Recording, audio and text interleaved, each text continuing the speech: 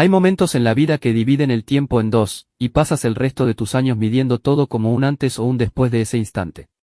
El mío llegó un jueves por la tarde, en octubre, cuando la que había sido mi esposa durante 25 años me entregó un sobre amarillo frente a 200 personas. Mientras tanto, mis propios hijos alzaban sus copas de champán y aplaudían como si estuvieran celebrando el gol de la victoria en una final de copa. Mi nombre es Miguel Rivas y pasé 32 años escalando torres de alta tensión bajo climas que harían llorar a un hombre sensato.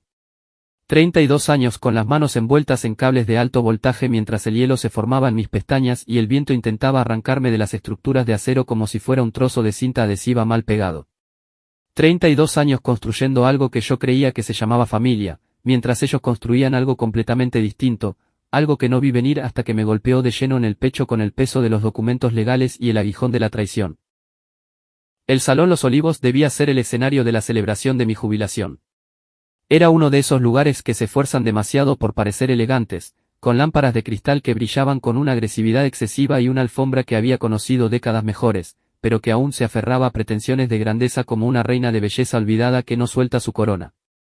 El aire olía a cordero asado mezclado con al menos 15 perfumes diferentes que luchaban por el dominio de mis fosas nasales, mientras yo permanecía cerca del escenario con un traje que mi esposa, Elena, había elegido específicamente porque me quedaba 2 tallas pequeño. Me hacía sentir incómodo, lo cual, como comprendí más tarde, era precisamente el objetivo. Debería hablarles de mis manos, porque mis manos cuentan todo lo que necesitan saber sobre quién soy y quién era para la gente en esa habitación. Estas manos son mapas de cicatrices de quemaduras eléctricas que sanaron blancas y brillantes como gotas de cera. Tienen cortes de chapas metálicas que dejaron surcos en mis palmas como pequeñas cordilleras. Callos lo suficientemente gruesos como para encender una cerilla en ellos si alguna vez hubiera sido dado a los gestos dramáticos. Y estas manos habían acumulado suficientes horas extras para enviar a 2 hijos ingratos a colegios bilingües y universidades privadas de élite. Mientras tanto, mi esposa gastaba más en sus visitas mensuales al salón de belleza que lo que la mayoría de las familias de la provincia gastan en comida. El anuncio lo hizo mi supervisor, un hombre decente llamado Tomás, que no tenía idea de lo que estaba a punto de suceder. Habló de mi dedicación, de mi historial de seguridad y de aquella vez que salvé a 3 aprendices de un incidente con un cable con corriente que los habría enviado a casa en bolsas en lugar de en sus coches. La gente aplaudió cortésmente mientras yo estaba allí, sintiéndome como un animal en una exhibición de zoológico, el obrero expuesto para la gente de oficina. Personas que nunca habían tenido que usar un arnés ni preguntarse si hoy sería el día en que el viento ganaría la partida. Entonces Tomás dijo algo sobre que mi familia quería decir unas palabras. El foco se giró hacia mi esposa y sentí que algo cambiaba en la sala, como la presión barométrica antes de una tormenta. Pero yo seguía siendo un tonto, allí de pie, esperando el pastel. Elena caminó hacia el micrófono con esa clase de sonrisa que la había visto practicar frente al espejo durante décadas. Ese arreglo específico de músculos faciales que usaba cuando quería impresionar a personas que consideraba importantes, entre las cuales nunca me había incluido a menos que estuviéramos en un evento donde mi ausencia fuera a ser notada. Llevaba un vestido rojo que costaba más que mi primera furgoneta y unos tacones que la hacían elevarse sobre la situación como un depredador vigilando a su presa. Se aclaró la garganta con ese delicado sonido que hacía cuando quería la atención de todos, un sonido que yo había aprendido a asociar con demandas de dinero o anuncios de mis fracasos como proveedor de cualquier estilo de vida que ella hubiera visto en la televisión esa semana. Miguel, dijo al micrófono, y mi nombre sonó extraño saliendo de sus labios, como una palabra que acabara de aprender a pronunciar. Has dado toda tu vida a tu trabajo, escalando esas torres, arreglando esos cables, y todos estamos muy agradecidos por tu sacrificio. Pero ahora eres libre. Realmente libre. Libre de la carga de esos turnos de madrugada y de las emergencias nocturnas. Libre de la responsabilidad de mantener las luces encendidas para extraños. Hizo una pausa con precisión teatral. Libre de nosotros. El sobre apareció en su mano como un truco de magia, amarillo y con aspecto oficial, con el tipo de sellos que solo provienen de juzgados y bufetes de abogados. Me lo extendió con una expresión de puro triunfo que no pudo ocultar del todo tras su sonrisa ensayada. La sala se quedó tan silenciosa que pude oír la unidad de aire acondicionado zumbando en el techo. Y fue entonces cuando escuché un sonido que llevaré conmigo hasta el día de mi muerte, un sonido que se reproduce en mi memoria con perfecta claridad cada vez que necesito recordarme que, al final, tomé las decisiones correctas. Fueron aplausos, pero no de los colegas que estaban congelados por la confusión. No de Tomás, cuyo rostro se había puesto pálido como la leche. No de los camareros, que se habían detenido a mitad del servicio para observar la escena como si fuera una obra de teatro para la que no habían pagado entrada. No, estos aplausos venían de mi hijo Jacobo y de mi hija Emilia. Mi propia carne y sangre. Mis hijos, a quienes había sostenido cuando eran bebés, a quienes había llevado a su primer día de escuela y enseñado a montar en bicicleta en la entrada de la casa que mi trabajo había pagado. Estaban aplaudiendo con entusiasmo genuino mientras chocaban sus copas de champán, celebrando lo que claramente consideraban una ejecución bien merecida de la dignidad de su padre. Miré el sobre en mi mano y sentí algo dentro de mí que solo puedo describir como una puerta cerrándose. No de un portazo, ni con ira o drama, simplemente cerrándose con la finalidad silenciosa de un mecanismo que ha cumplido su propósito y ya no necesita permanecer abierto. Dejé el sobre la mesa, junto a una porción de pastel de jubilación que alguien ya había cortado para mí, chocolate con glaseado blanco y las palabras, «Feliz jubilación, Miguel», escritas en letras que ahora me parecían profundamente irónicas. Miré a mi esposa y a mis hijos y los vi con claridad por primera vez en décadas. Los vi como realmente eran, en lugar de como yo me había convencido de que debían ser. Pero para entender ese momento, hay que entender los momentos que lo precedieron. Los miles de pequeños cortes que me habían desangrado mientras yo estaba demasiado ocupado escalando torres como para notar los charcos que se formaban a mis pies. Debo recordar algunos de ellos, porque el contexto importa cuando intentas explicar por qué un hombre puede estar frente a una habitación llena de testigos y ver a su familia celebrar su destrucción sin derramar una sola lágrima ni levantar la voz ni una sola vez. Hubo una noche en enero de 2015, cuando una tormenta de hielo azotó la región y dejó sin luz a media provincia. Trabajé en un turno de 30 horas en condiciones que hacían que me dolieran los huesos con un frío que parecía venir de un lugar más profundo que el clima. Mis manos temblaban tanto al final que apenas podía sujetar las herramientas. Cuando finalmente entré por la puerta de mi casa a las 3 de la mañana, cubierto de mugre y sudor que se había congelado en una fina capa de hielo sobre mi ropa de trabajo, oliendo a ozono y agotamiento, mi esposa Elena bloqueó la entrada de la cocina con el brazo extendido, como un policía de tráfico impidiendo el paso a un vehículo no autorizado. «Hueles a subestación eléctrica», dijo, arrugando la nariz de esa forma particular que sugería que yo era algo desagradable que se había colado en casa, en lugar de su marido de 15 años.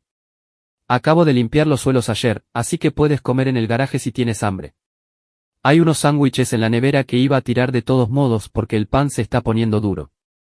Esa noche me comí un sándwich de pavo frío sentado en mi banco de trabajo en el garaje, con los dedos demasiado entumecidos para sujetar bien el pan, mientras mi mujer dormía en una cama de 2 metros con sábanas que costaban más que mi presupuesto mensual de comida. No dije nada al respecto porque me había convencido de que ella tenía razón, de que yo olía mal, de que los suelos eran importantes, de que incomodarla a ella era peor que mi propia incomodidad. Esa era la clase de matemáticas que había estado haciendo durante años sin darme cuenta de que la ecuación nunca cuadraría.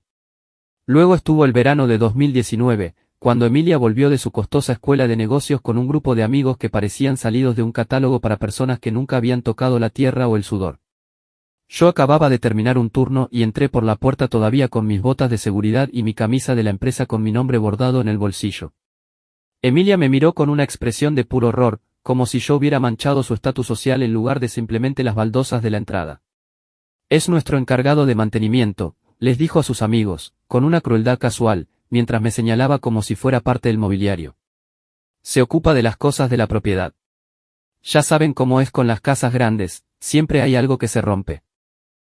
Se rió con esa risita falsa que había aprendido de su madre, mientras sus amigos asentían con simpatía ante la carga de tener que gestionar al personal. Me quedé allí, en mi propia casa, siendo presentado como el servicio porque mi hija se avergonzaba de admitir que el hombre con suciedad bajo las uñas era el mismo hombre cuyos ingresos pagaban su ropa de diseño, sus cuotas del club y sus viajes de vacaciones a lugares que yo solo había visto en revistas. No la corregí ese día, solo asentí cortésmente y fui al garaje a cambiarme. Cuando volví, limpio y con un polo, Emilia ya había llevado a sus amigos al piso de arriba, donde no tendrían que volver a encontrarse conmigo. Elena me buscó en la cocina más tarde y me preguntó por qué había avergonzado a Emilia apareciendo con aspecto de obrero común. Como si los obreros comunes no fueran exactamente lo que pagaba todo en su preciosa vida. Solo me encogí de hombros porque me había quedado sin palabras para explicarme ante personas que habían decidido hacía mucho tiempo que yo no valía la pena. El 21º cumpleaños de Jacobo fue otra obra maestra de la disfunción familiar, una celebración que me costó 4 meses de horas extras. Le había comprado un coche porque eso es lo que hacen los padres cuando sus hijos cumplen 21, al menos eso es lo que los tres me habían dicho en una presentación que pareció más una junta de accionistas que una charla familiar. Recuerdo el modelo exacto porque lo había investigado a fondo para asegurarme de que fuera fiable y seguro, además de lo suficientemente impresionante para satisfacer los estándares sociales de Jacobo. En el momento en que lo vio en la entrada, su rostro se contorsionó en una expresión de asco que yo ya reconocía tras años de decepcionarlo con mi existencia. Se giró hacia Elena y dijo, pedí específicamente el modelo deportivo. Este es el básico. ¿Es que ni siquiera escucha cuando hablamos? ¿O es demasiado tonto para entender peticiones simples?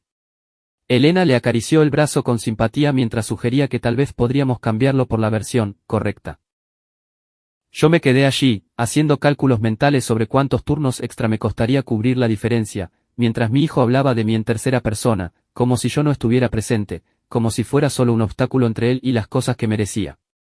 También estuvo la Navidad de 2020, una festividad que debería haber sido sobre la familia y la gratitud, pero que se convirtió en otra pieza del museo de mi humillación. Había trabajado en un turno doble en Nochebuena porque un transformador explotó durante una tormenta y 3 hospitales estaban funcionando con generadores de emergencia. Llegué a casa a las 4 de la mañana con escarcha en la barba y el agotamiento en los huesos, solo para descubrir que la familia ya había abierto los regalos sin mí, se había comido la cena que yo había estado esperando toda la semana y se habían tomado todas las fotos familiares para la felicitación anual mientras yo estaba, literalmente, manteniendo vivas a personas en unidades de cuidados intensivos. Te lo perdiste todo, dijo Elena cuando entré, con la voz cargada de acusación, como si yo hubiera elegido estar ausente en lugar de haber sido llamado por una emergencia que no podía esperar. No podíamos estar sentados esperándote todo el día, la comida se habría enfriado y Emilia necesitaba las fotos para sus redes antes de que bajara la audiencia. Me quedé allí, con mi ropa de trabajo, mirando las fuentes vacías, el papel de regalo roto y el retrato familiar sobre la chimenea que mostraba 3 rostros sonrientes y un espacio vacío donde debería haber estado la cuarta persona. No dije nada, porque, ¿qué se le dice a gente que cree genuinamente que el horario de una foto es más importante que restablecer la energía médica de emergencia? La tarjeta del Día del Padre de Jacobo ese mismo año decía, gracias por el coche. Nada más. Sin sentimientos, sin reconocimiento de la paternidad, sin admitir que yo era algo más que una fuente de vehículos y matrículas universitarias.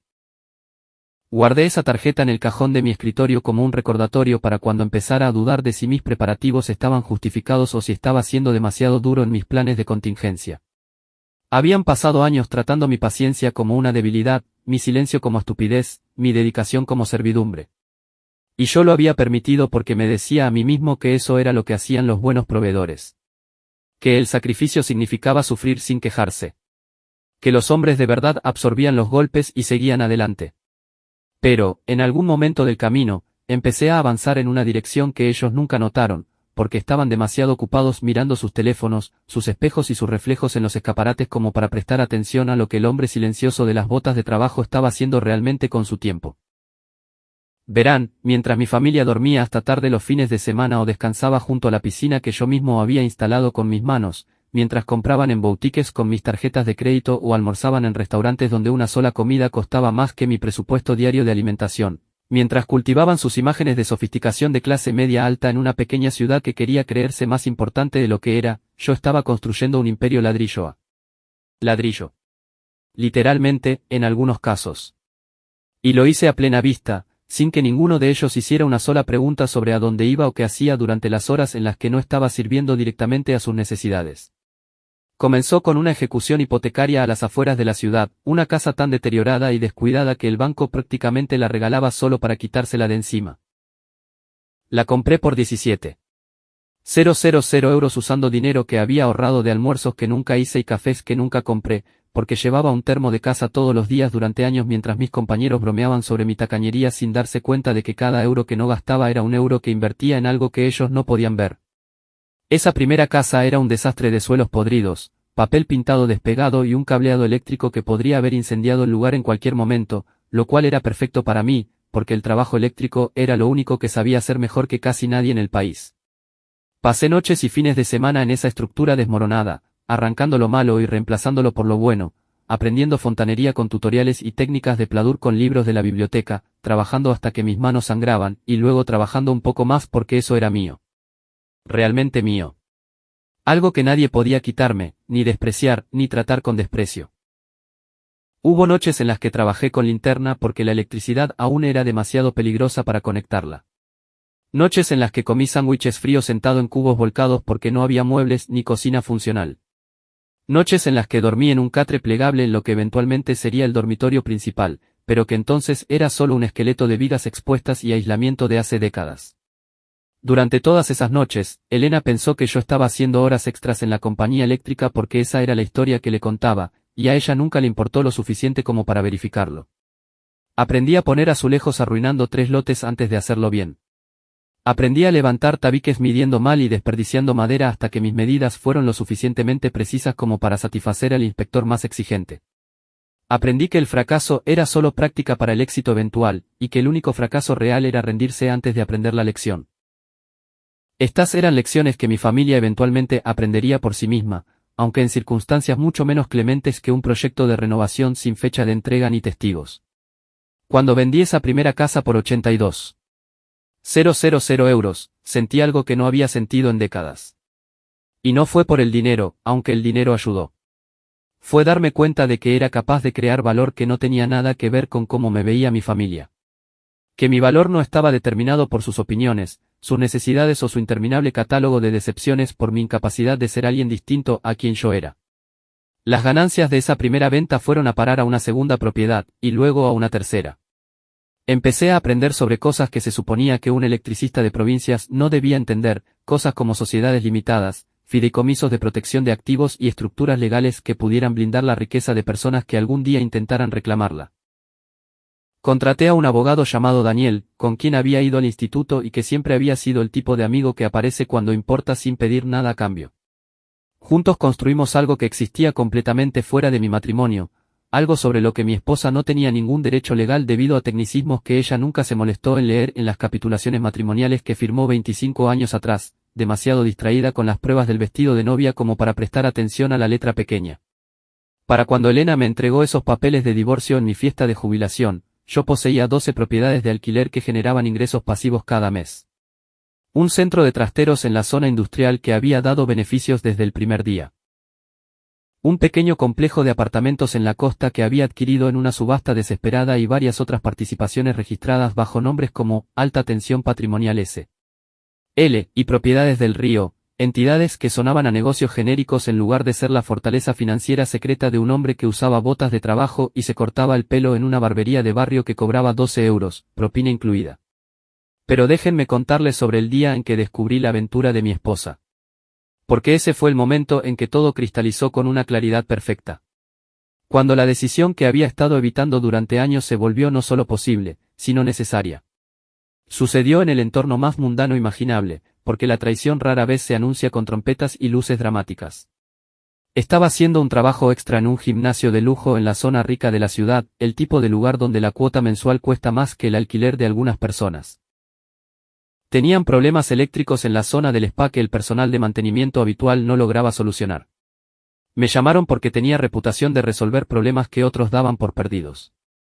Estaba en el pasillo trasero siguiendo las rutas del cableado cuando, por casualidad, miré a través de la pared de cristal de lo que resultó ser la oficina de un entrenador personal.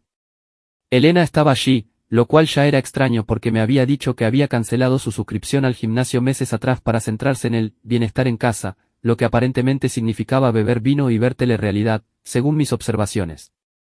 Pero definitivamente estaba allí, en esa oficina, y definitivamente no estaba haciendo ejercicio, a menos que la definición de ejercicio se hubiera expandido recientemente para incluir tener el rostro presionado contra el cuello de un hombre que parecía tener la mitad de su edad y el doble de interés en su chequera que en su personalidad. Se llamaba Braulio, supe más tarde, un entrenador personal con dientes perfectos y absolutamente nada tras los ojos, excepto cálculos sobre quién podría proporcionarle el estilo de vida que creía merecer. Él y Elena estaban enredados de una manera que no dejaba lugar a explicaciones inocentes, riendo con una intimidad que se sintió como un cuchillo deslizándose entre mis costillas. Me quedé allí, en el pasillo, con un comprobador de circuitos en una mano y todo mi mundo desmoronándose en la otra. Tomé una decisión que me sorprendió incluso a mí. No irrumpí por esa puerta para montar una escena, porque las escenas son para personas que no han planeado el futuro. Las escenas son para personas que dejan que la emoción dicte la acción. Las escenas son para personas que no han pasado años construyendo una estrategia de salida y simplemente necesitaban un detonante para activarla. En lugar de eso, terminé mi trabajo, cobré mi pago, conduje hasta el despacho de mi abogado y le dije a Daniel que era hora de ejecutar lo que privadamente llamábamos carpeta B, el plan de contingencia para exactamente esta situación que habíamos diseñado años atrás durante una conversación nocturna sobre las formas en que los matrimonios pueden terminar y la importancia de estar preparado para cualquiera de ellas. La semana antes de mi fiesta de jubilación, mi familia me dio lo que solo puedo describir como una clase magistral sobre lo que realmente sentían por mí, una demostración final que eliminó cualquier duda persistente sobre lo que debía hacer. Sucedió en la cocina un martes por la tarde, cuando Jacobo llegó sin avisar con un montón de facturas y una expresión facial que sugería que yo me había retrasado en un pago que ni siquiera sabía que debía. «Papá, tienes que cubrir esto para el viernes», dijo, soltando los papeles sobre la encimera de granito que yo mismo había instalado un fin de semana en el que mi espalda gritaba de dolor tras un trabajo difícil en una torre. Mi matrícula vence y no tengo tiempo para lidiar con estrés financiero ahora. No cuando estoy tratando de concentrarme en mis estudios. Sus estudios, debo señalar, consistían principalmente en aprender a discutir sobre cosas que no entendía y desarrollar una red social de otros jóvenes igualmente convencidos de que el mundo les debía todo mientras ellos no aportaban nada. La factura que me presentaba habría requerido aproximadamente 2 meses de mi salario. Dinero que él asumía que yo simplemente produciría de cualquier fuente mágica que imaginaba que financiaba su existencia. Emilia apareció después, sin molestarse siquiera en levantar la vista de su teléfono mientras entraba en la cocina como un fantasma de perfume con una estructura ósea excelente y absolutamente ninguna conciencia de nada más allá de su propio reflejo en la pantalla. Añadió su voz al coro de demandas sin ningún saludo preliminar ni reconocimiento de que yo fuera un ser humano en lugar de una cartera con piernas. Además, necesito 50.000 para mi startup, dijo, con el pulgar siguiendo su desplazamiento por cualquier aplicación que tuviera su atención en ese momento. Es una inversión en mi futuro, sinceramente, deberías estar feliz de apoyar el espíritu emprendedor de tu hija en lugar de ser siempre tan raro con el dinero, como un avaro de película antigua. Los miré a ambos, a estos adultos que yo había criado y financiado en cada fase de sus vidas, y les hice una pregunta sencilla que aparentemente los escandalizó por su audacia: ¿y si no tengo ese dinero disponible ahora mismo? El silencio que siguió fue breve pero revelador, y entonces la voz de Elena cortó el aire desde el umbral de la puerta, donde había estado observando el intercambio con la satisfacción de un director viendo a sus actores actuar exactamente como se había ensayado. Entonces, ¿cuál fue exactamente el punto de que trabajaras todos estos años, Miguel, si ni siquiera puedes proveer para las necesidades básicas de tu familia? Necesidades básicas, las llamó, como si facturas universitarias de 6 cifras y fantasías de startups de 50.000 euros estuvieran al mismo nivel que la comida y el refugio. Como si las décadas de mi trabajo fueran simplemente un pago inicial por su derecho a todo, en lugar de un regalo que merecía reconocimiento. En ese momento, sentí que el último hilo de obligación se rompía en algún lugar profundo de mi pecho. Supe que, cuando llegara el momento, no sentiría nada más que alivio. La fiesta de jubilación ocurrió 4 días después. Ya saben cómo empezó, con el discurso de Elena, el sobre y los aplausos de mis hijos que aún resuenan en mi memoria cuando necesito motivación para seguir adelante. Pero lo que aún no saben es cómo terminó esa noche, cómo convertí su momento de triunfo en una revelación que todavía les quita el sueño, según los pocos conocidos comunes que ocasionalmente me pasan información que no he pedido. Después de que Elena me entregara los papeles del divorcio, después de que mis hijos brindaran por mi caída, después de que la sala cayera en ese silencio incómodo que ocurre cuando la gente presencia algo que desearía no haber visto, hice algo que nadie esperaba. Algo que requirió cada gramo de control que había desarrollado durante décadas escalando torres en condiciones peligrosas mientras mantenía mi ritmo cardíaco estable y mis manos quietas. Caminé hacia el micrófono. El maletín de cuero que había llevado a la fiesta estaba bajo la mesa donde lo había dejado antes. El mismo maletín que había llevado durante 20 años, desgastado, golpeado y completamente carente de atractivo. Lo recogí y lo puse sobre el podio con un golpe seco que atrajo la atención de todos. Lo abrí con 2 clics que sonaron como disparos en la habitación silenciosa. Elena, ¿querías el divorcio? Dije, y mi voz era tranquila y nivelada porque había ensayado este momento en mi cabeza 1000 veces mientras estaba sentado en mi furgoneta durante los descansos del almuerzo, viendo a los otros trabajadores comer y bromear mientras yo planeaba un futuro que ellos no podían imaginar. Quiero asegurarme de que manejemos esto adecuadamente. Así que, empecemos con un inventario de activos. Saqué el primer documento, una escritura de propiedad con mi nombre y absolutamente ninguna mención de mi esposa. Comencé a leer con la misma voz monótona que usaba al explicar especificaciones eléctricas a los trabajadores novatos que necesitaban entender que la precisión importaba más que el entusiasmo. Apartamentos Vista Hermosa, en la costa. Propietario único, Miguel Ángel Rivas. Valor tasado, 1,2 millones de euros. Ingresos anuales por alquiler, aproximadamente 96.000 euros después de gastos. Los susurros comenzaron entonces, una marea creciente de confusión y recálculo a medida que las personas que habían asumido que entendían mi situación empezaban a darse cuenta de que se habían equivocado en lo fundamental. Centro de Trasteros El Eje. Propietario único, Miguel Ángel Rivas. Instalación comercial con un 92% de ocupación. Ingresos netos mensuales, aproximadamente 8.000 euros. El rostro de Elena estaba haciendo algo complicado, un viaje a través de varios territorios emocionales que terminó en algún lugar entre la incredulidad y un pánico mal oculto. Su boca se abría y se cerraba varias veces sin producir ninguna palabra, mientras yo continuaba mi inventario con la paciencia de un hombre que ha esperado décadas por este momento específico. Propiedades del Río S.L. Una sociedad holding que contiene 12 unidades de alquiler residencial en 3 provincias. Valor total tasado, aproximadamente 1,8 millones de euros. Ingresos netos anuales tras mantenimiento y gestión, aproximadamente 72.000 euros. Jacobo había dejado caer su copa de champán en algún momento, ya fuera por el impacto o porque su mano simplemente había dejado de funcionar. Emilia finalmente había levantado la vista de su teléfono con una expresión que sugería que me estaba viendo con claridad por primera vez en toda su vida. Ninguno de los dos parecía capaz de formar frases mientras su padre continuaba desmantelando todo lo que creían saber sobre él. El valor total de los activos a mi nombre a través de varias estructuras legales que fueron establecidas antes de nuestro matrimonio, o adquiridas mediante medios protegidos por las capitulaciones matrimoniales que firmaste en 1999, Elena, asciende a aproximadamente 4,3 millones de euros, concluí, dejando el montón de documentos y mirando directamente a mi esposa. Nada de lo cual está sujeto a división en un proceso de divorcio, según los mismos abogados que prepararon los papeles que acabas de entregarme. La sala se había convertido en una galería de rostros congelados. Personas atrapadas entre el deseo de apartar la vista de esa carnicería y la incapacidad de dejar de mirar. Podía sentir sus ojos sobre mí mientras recogía los papeles del divorcio que Elena había presentado con tanta confianza teatral apenas unos minutos antes. Ha solicitado el divorcio hoy, lo cual ha sido un momento interesante considerando que nuestras capitulaciones protegen específicamente los activos adquiridos antes y durante el matrimonio que se mantienen en fideicomisos o entidades legales separadas.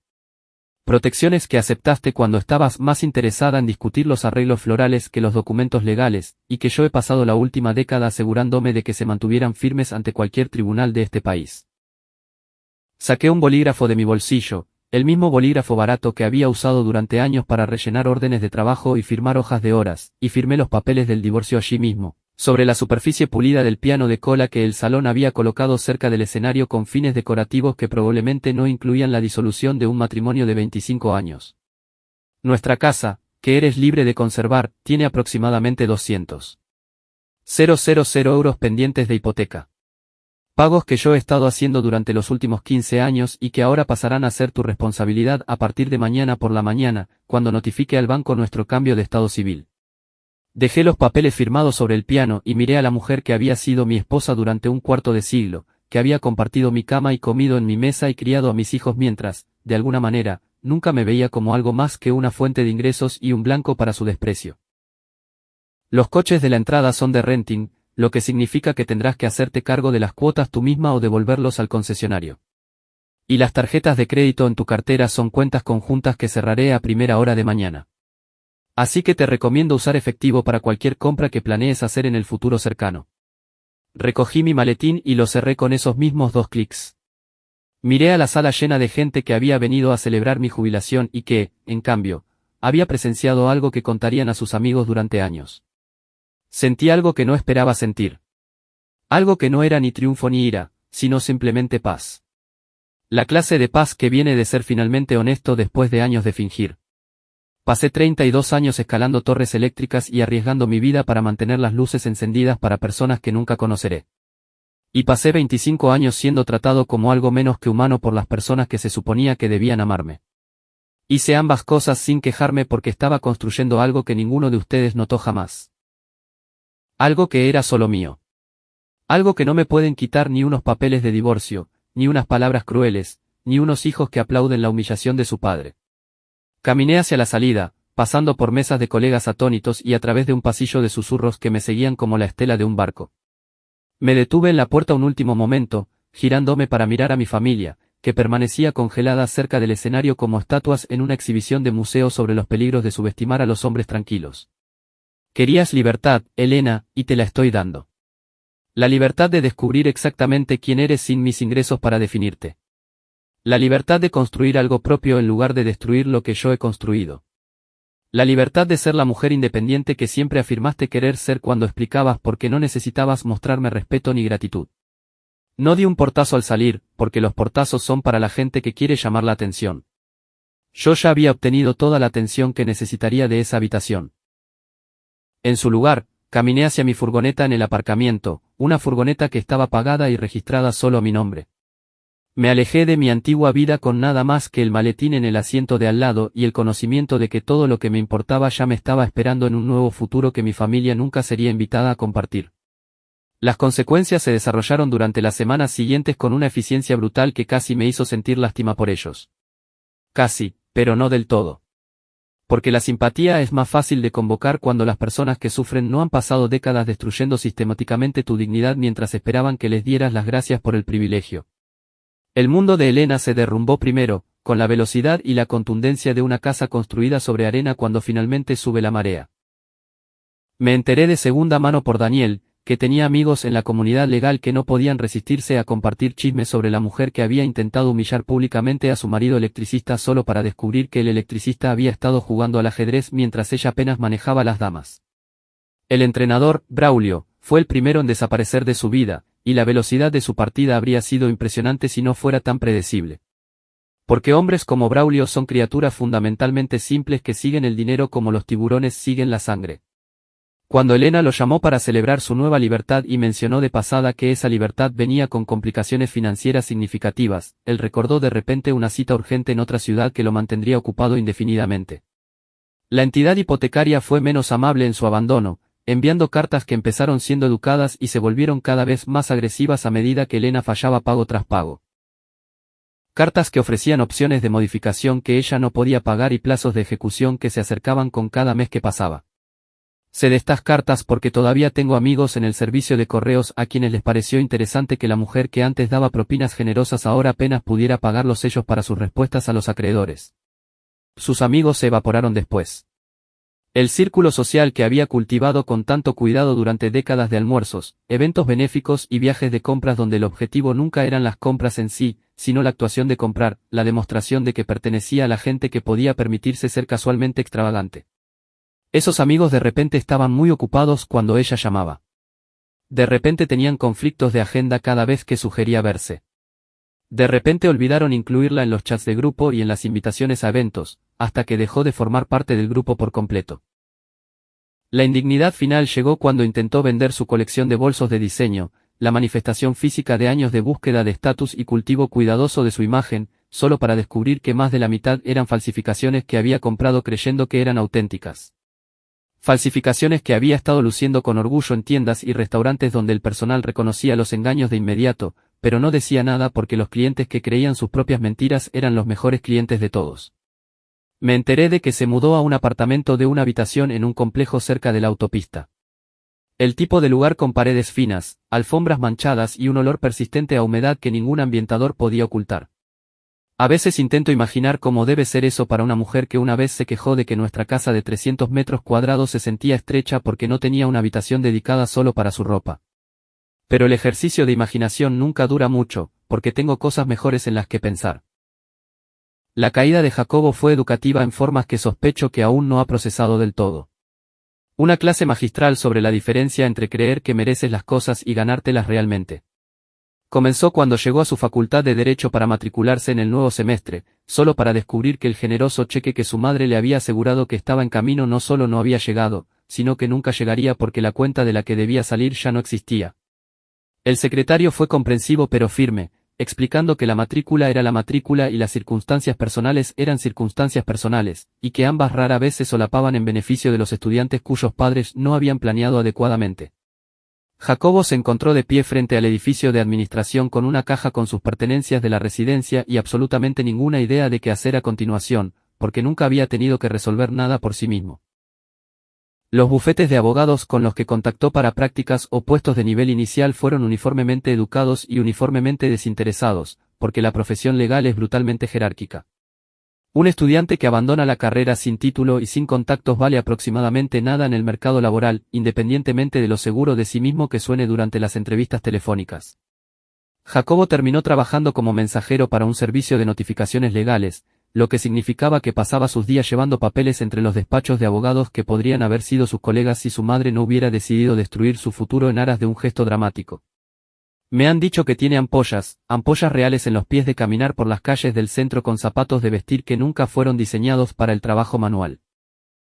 Mentiría si dijera que esa imagen mental no me produce cierta satisfacción, aunque trato de no recrearme en ello porque regodearse en el sufrimiento ajeno no es productivo, incluso cuando esos otros pasaron años haciendo mi vida miserable.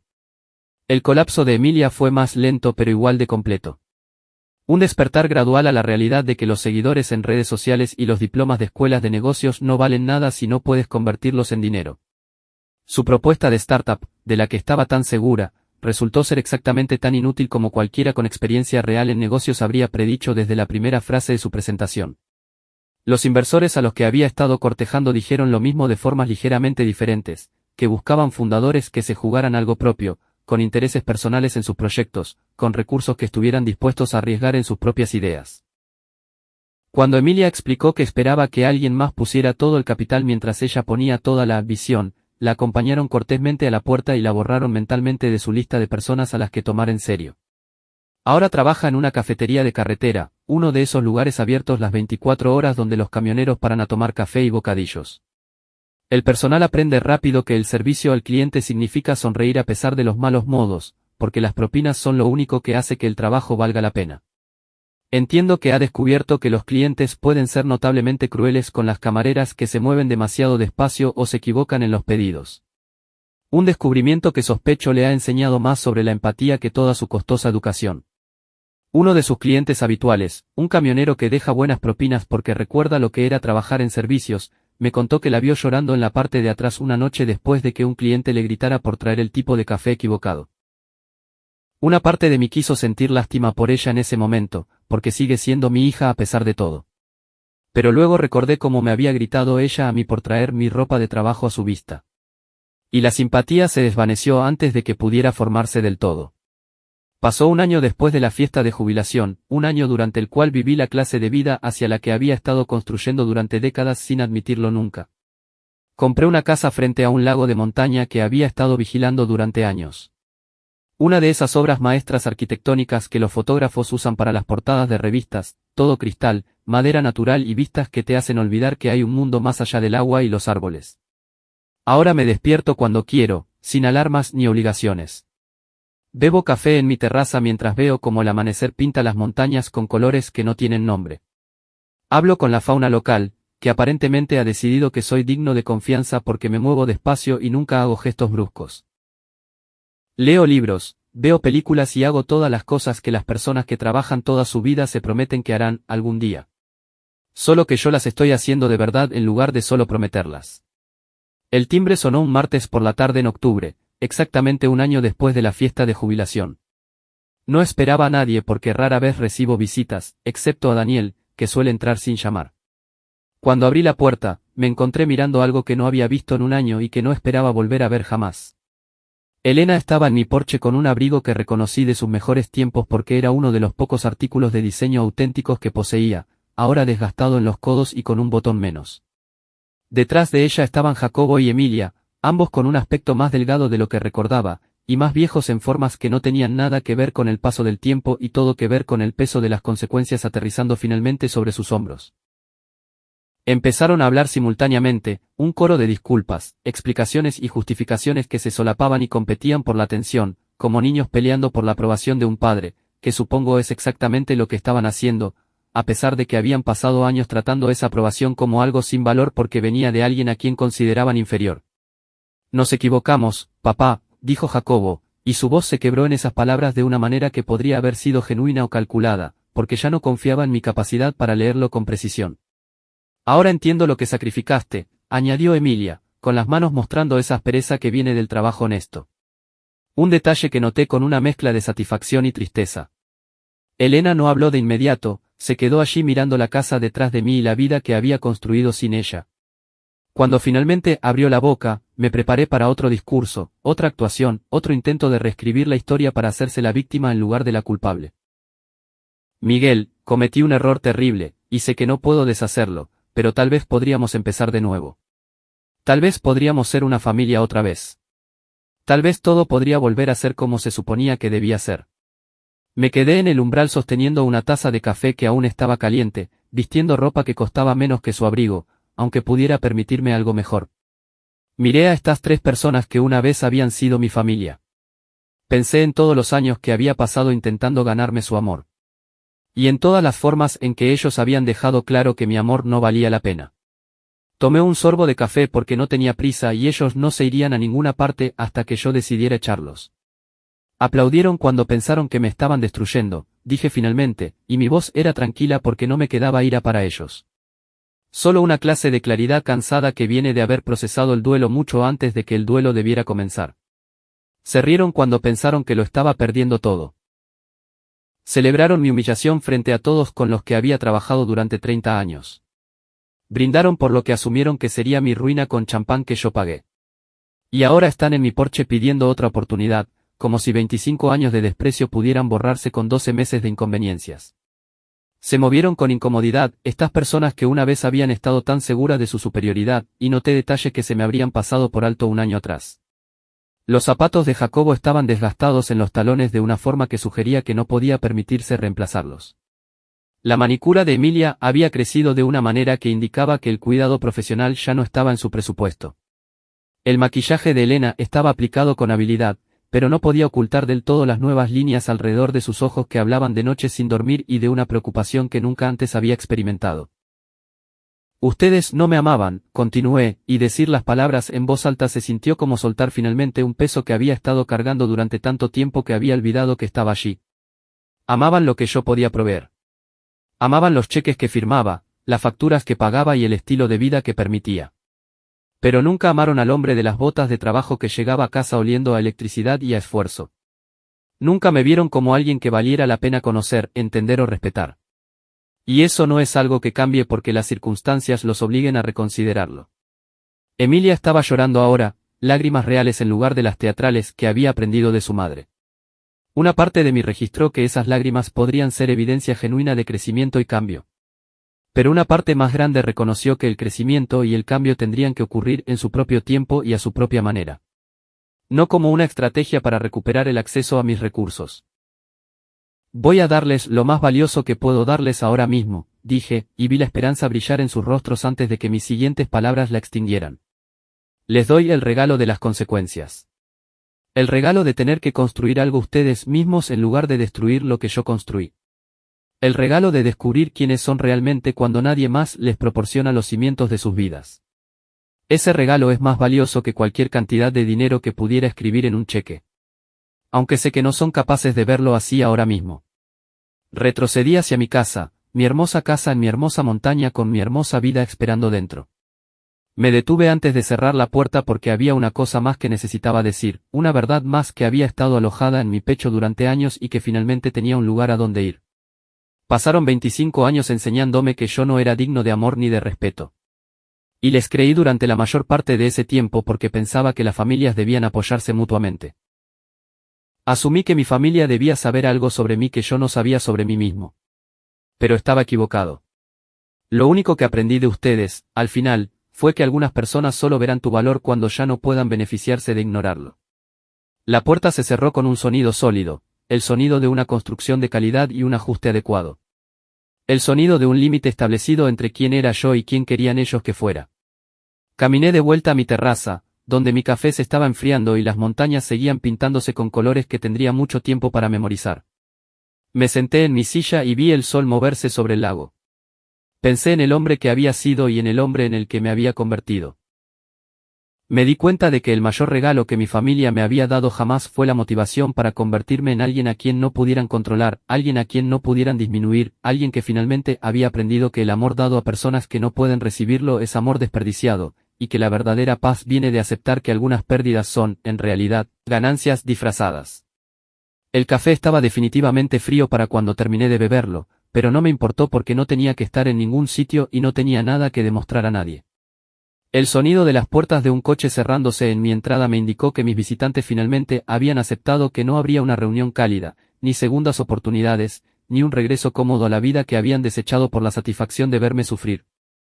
Escuché el motor arrancar y los neumáticos crujir sobre la grava mientras se alejaban. No los vi irse, porque algunos finales no requieren testigos y algunos capítulos se cierran solo sin gestos dramáticos ni confrontaciones finales. Yo ya había dicho todo lo que necesitaba decir en aquella sala, un año atrás, cuando convertí su momento de triunfo en el comienzo de su educación. Un halcón sobrevoló el lago, dejándose llevar por las corrientes térmicas en espirales perezosas que sugerían que no tenía ningún lugar particular a donde ir y todo el tiempo del mundo para llegar allí. Lo observé hasta que desapareció tras la cresta de la montaña. Luego me levanté para prepararme una taza de café fresco porque el día era joven y yo estaba jubilado. La única persona cuya opinión importaba ya era la que me devolvía la mirada desde el espejo cada mañana, un hombre con manos curtidas y ojos pacientes que finalmente había aprendido que el silencio no es debilidad, que la espera no es rendición y que la mejor venganza no es la venganza en absoluto, sino simplemente vivir bien mientras las personas que intentaron destruirte descubren lo que significa construir algo de la nada. A las montañas no les importa mi historia, ni mi dolor, ni mi familia, ni mi dinero. Simplemente están ahí, siendo montañas, como lo han sido durante millones de años. Hay un consuelo en esa indiferencia. Un recordatorio de que la mayoría de los dramas humanos son temporales, autoinfligidos y, en última instancia, menos importantes de lo que nos gusta creer mientras los vivimos. Llevo ese recordatorio conmigo cada mañana cuando me despierto en mi hermosa casa frente a mi hermoso lago y recuerdo que construí esta vida con mis propias manos cicatrizadas mientras todos los que debían amarme estaban ocupados mirando hacia otro lado. Ellos lo entenderán eventualmente, o no. Cualquiera de los dos resultados dejó de ser mi responsabilidad en el momento en que mi esposa me entregó aquel sobre y mis hijos alzaron sus copas para brindar por lo que creían que era mi destrucción. Lo único que les debo ahora es lo mismo que ellos me dieron durante 25 años, exactamente nada, envuelto en un paquete de cortés indiferencia. El café sabe mejor cuando lo haces tú mismo. En una cocina que te pertenece solo a ti. En una casa que nadie te puede quitar porque tú construiste las paredes, cableaste los enchufes y elegiste cada detalle con el cuidado de alguien que sabe que el hogar no es donde vive tu familia, sino donde tu corazón finalmente se siente lo suficientemente seguro como para dejar de defenderse. Soy Miguel Rivas y pasé 32 años escalando torres y 25 años escalando para salir de un matrimonio que intentó enterrarme. Ahora paso mis días viendo a los halcones trazar círculos sobre un agua que refleja el cielo como un espejo. Si hay una moraleja en esta historia, probablemente sea algo sobre la paciencia, la planificación o la importancia de tener un buen abogado. Pero, sinceramente, creo que la moraleja real es más simple: algunas personas nunca verán tu valor hasta que pierdan el acceso a él. Cuando eso suceda, lo mejor que puedes hacer es dejar que sientan el peso de sus propias decisiones mientras tú sigues con el asunto de vivir una vida que ya no incluye sus opiniones. Mis manos todavía tienen las cicatrices y mis ojos todavía tienen esa oscuridad que viene de años de observar, esperar y planear un momento que mi familia nunca vio venir. Cada mañana bebo mi café en la terraza y veo salir el sol. Recuerdo que la libertad no es algo que otras personas puedan darte o quitarte. Es algo que construyes para ti mismo. Un día paciente a la vez, hasta que las paredes son lo suficientemente fuertes como para dejar fuera a todos los que alguna vez te hicieron sentir pequeño. La puerta permanece cerrada ahora, no porque sea un hombre amargado, sino porque algunos jardines requieren límites para florecer. Finalmente planté el mío en tierra que me pertenece solo a mí. La temporada de crecimiento es larga cuando no tienes ningún otro lugar donde estar y nada más que demostrar. Esta es mi historia, o al menos la parte que involucra a mi familia y su descubrimiento de que el hombre tranquilo al que despreciaron durante décadas estaba jugando una partida mucho más larga de lo que cualquiera de ellos podía imaginar. Si alguna vez leen estas palabras, espero que entiendan que no los odio. Simplemente aprendí finalmente a amarme a mí mismo más de lo que amaba su aprobación. Esa lección me costó 25 años, pero valió cada uno de ellos. El halcón regresó eventualmente. O tal vez era un halcón diferente, trazando círculos sobre mi lago como un punto final al término de una frase muy larga. Alcé mi taza de café en su dirección porque algunas victorias merecen un brindis, incluso cuando estás bebiendo solo. El sol siguió moviéndose por el cielo como siempre lo hace, indiferente a los pequeños dramas de personas pequeñas que creen que su dolor es el centro del universo. Estoy jubilado ahora en todos los sentidos de la palabra, y el próximo capítulo de mi vida no incluirá a ninguna de las personas que hicieron el capítulo anterior tan difícil. Eso no es una tragedia ni un triunfo, sino simplemente un hecho tan neutral e innegable como las montañas que vigilan mi casa sin juicio ni expectativas.